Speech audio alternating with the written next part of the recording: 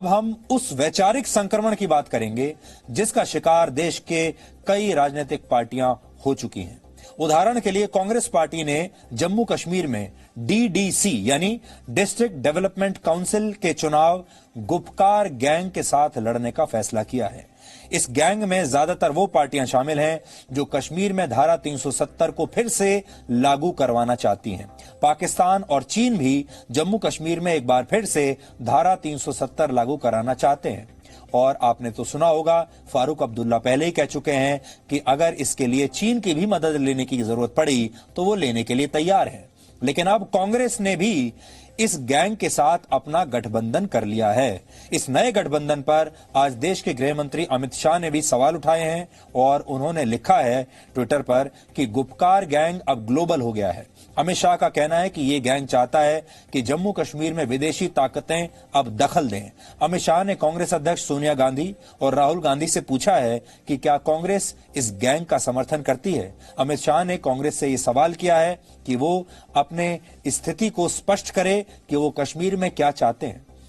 14 महीनों की हिरासत के बाद रिहा हुई पीडीपी की अध्यक्ष महबूबा मुफ्ती ने पिछले महीने तिरंगा न उठाने का ऐलान किया था। गुपकार गठबंधन के अध्यक्ष फारूक अब्दुल्ला ने भी अनुच्छेद 370 की वापसी के लिए चीन से मदद मांगी थी। ऐसे में डीडीसी चुनाव में कांग्रेस का गुपकार गैंग के साथ हाथ मिलाना कई गंभीर सवाल खड़े करता है। और वो सवाल ये है कि क्या कांग्रेस कश्मीर में अनुच्छेद 370 की वापसी चाहती है, बावजूद इसके कि भारत की संसद ने इस प्रस्ताव को पास किया है। तो क्या वो भारत की संसद के खिलाफ जाना चाहती है? क्या चीन पाकिस्तान से मदद मांगने वालों के साथ है कांग्रेस? क्या कांग्रेस जम्मू कश्मीर के भविष्य के साथ खिलवाड़ करना चाहती है? ये कुछ बड़े सवाल हैं। हालांकि कांग्रेस ने सफाई दी है कि वो गुपकार गठबंधन का हिस्सा नहीं है। उल्टा कांग्रेस ने बीजेपी से सवाल पूछा है कि उसने महबूबा मुफ्ती के साथ मिलकर जम्मू कश्मीर में सरकार बनाई ही क्यों थी।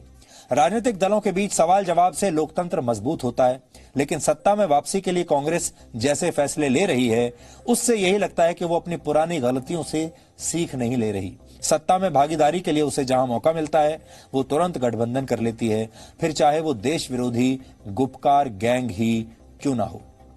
पिछले कई दिनों से आप जम्मू कश्मीर के इस गुपकार अलायंस का नाम सुन रहे होंगे। आपके मन में ये सवाल भी होगा कि इस गठबंधन का नाम गुपकार क्यों रखा गया है। तो हम आपको बताते हैं ये गुपकार गठबंधन, या जिसे हम अपनी भाषा में गुपकार गैंग कहते हैं, ये है क्या। इस गैंग की तस्वीरें तो आपकी स्क्रीन पर हैं, आप इन्हें देख सकते हैं।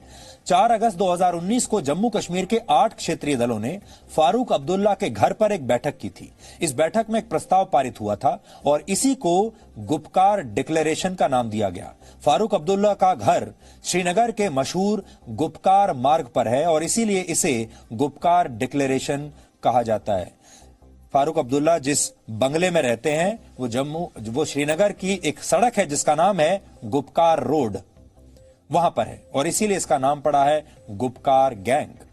कांग्रेस की राजनीति की चर्चा सिर्फ भारत में ही नहीं बल्कि विदेशों में भी हो रही है और अमेरिका के पूर्व राष्ट्रपति बराक ओबामा ने अपनी नई पुस्तक अ प्रॉमिस्ड लैंड में कांग्रेस अध्यक्ष सोनिया गांधी को एक बहुत चतुर राजनेता बताया है। 2 दिन पहले हमने आपको बताया था कि इसी किताब में बराक ओबामा ने राहुल गांधी की तुलना एक नर्वस और अपरिपक्व छात्र से की थी जो विषय की जानकारी न होने के बाद भी अपने अध्यापक को प्रभावित करने की कोशिश करता है।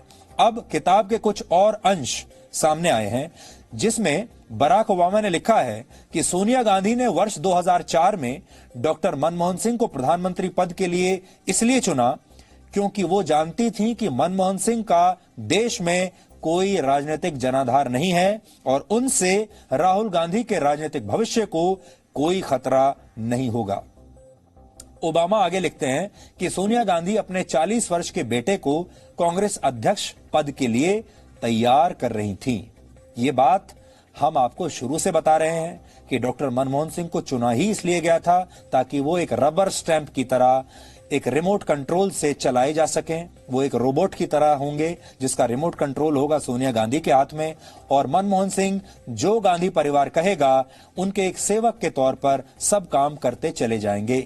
डॉक्टर मनमोहन सिंह को इसलिए चुना गया था और सोनिया गांधी जैसा आप जानते हैं अपने पुत्र को राजनीति में एस्टेब्लिश करना चाहती थी वो चाहती थी कि उनका बेटा आगे चलकर प्रधानमंत्री भी बने, कांग्रेस अध्यक्ष भी बने, और वो जानती थी कि मनमोहन सिंह अकेले ऐसे नेता हैं जो जब उनसे कहा जाएगा राहुल गांधी के लिए उसी दिन अपनी कुर्सी छोड़ देंगे और एक बार भी ये नहीं पूछेंगे कि मैं ये कुर्सी क्यों छोड़ूं, क्योंकि वो इस परिवार के लिए बहुत ही उनके भरोसे के व्यक्ति थे। और दूसरी बड़ी बात यह है कि वो इतने कमजोर थे कि वो गांधी परिवार की मर्जी के खिलाफ कोई फैसला कर भी नहीं सकते थे।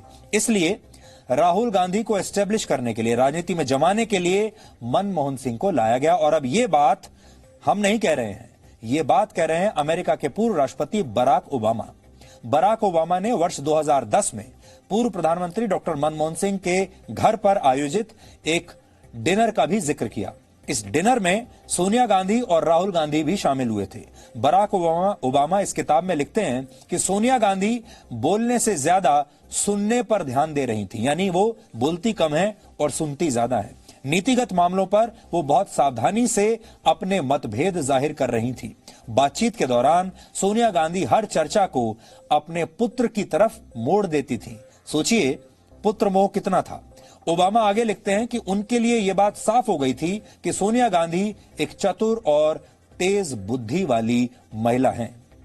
तो गांधी परिवार इस समय बराक ओबामा से बड़ा नाराज होगा और उन्होंने सोचा भी नहीं होगा कि बराक ओबामा की जो किताब है वो ऐसे समय पर आएगी जब राहुल गांधी के नेतृत्व की क्षमता पर और उनकी कार्यशैली पर पहले से ही सवाल उठ रहे हैं। हाल ही में कांग्रेस ने बिहार में बहुत खराब प्रदर्शन किया है। तेजस्वी यादव की सरकार बनने ही वाली थी और कांग्रेस ने अपने बोझ से तेजस्वी यादव को कुर्सी तक पहुंचते पहुंचते वापस नीचे खींच लिया।